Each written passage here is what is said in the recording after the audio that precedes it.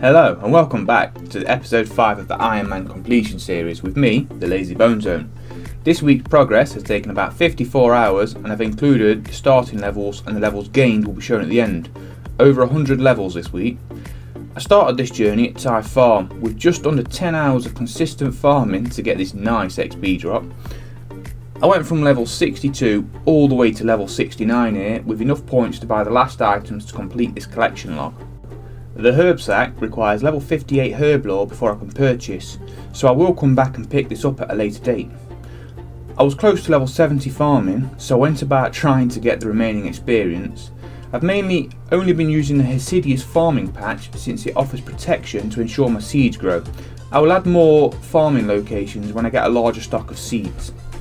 After checking the health of a willow tree I planted, if you leave it in for some time it will grow 6 willow branches. I need a total of 18 of these. And here I finally get 70 farming. With the levels gained, I now have access to the medium tier of farming contracts, and these give higher tier seeds on average per pack. And I also gained access to the west wing of the guild, which has a herb patch, a tree patch, and also a boss I can complete at a later date. These extra 2 patches also increase the chance of completing multiple contracts in a row. After this, I went back to the ice prison and subdued the boss for 111 KC, taking me from 666 to 777. I decided after completing this run, since I've not obtained any uniques yet, that I'm going to increase my combat level to gain more survivability. This will allow me to complete more quests and progress the account. I can comfortably get to 48 hit points and only take 2 damage per tick, which shouldn't affect me too much next week.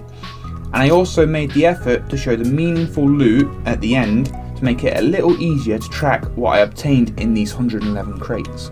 The first monster I wanted to train on requires 67 agility.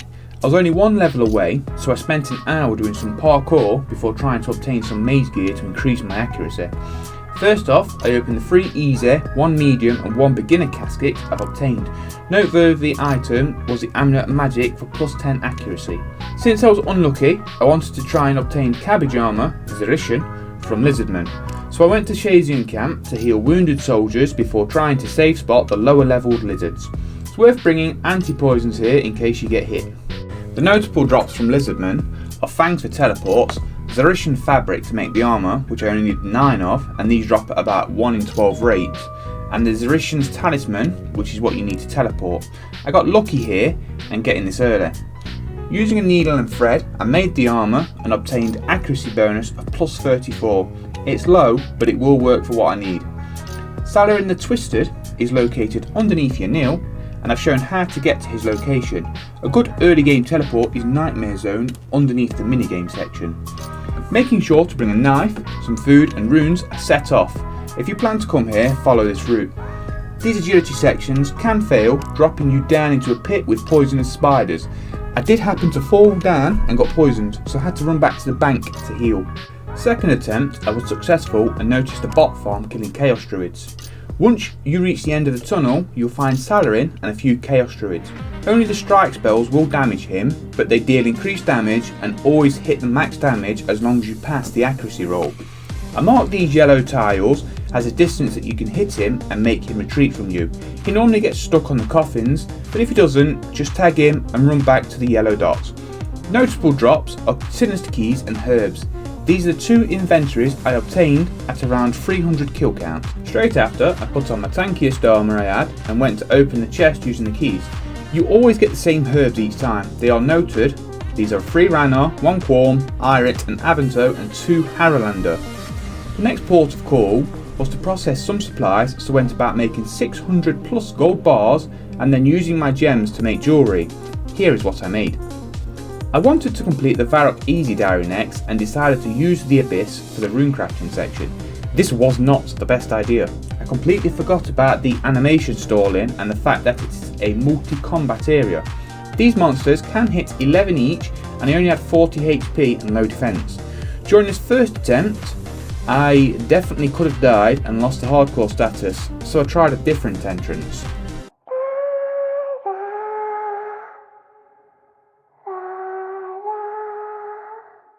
Wow, I thought I was dead there.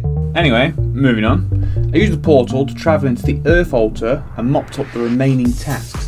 body armour gained from this is useful when mining. This one will be handy when I mine iron ore in the future, and the XP lamp will go into herb lore. I forgot to record using all my lower level herbs into potions, but I now have 244 full dosed prayer potions ready for questing.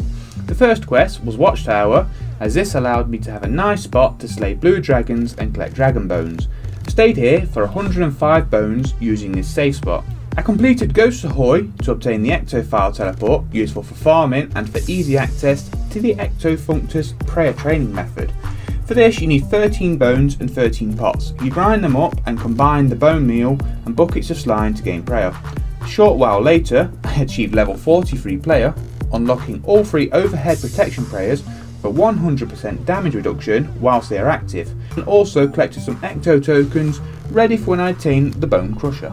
Then I completed Dragon Slayer 1 to bump my defense to level 40, a Soul's Bane, which I loved the weapon designs on, In Search of the Myrique, Shades of Morton for the minigame teleport here, and finally in Aid of Myrique. I struggled to protect Ivan with low combat stats.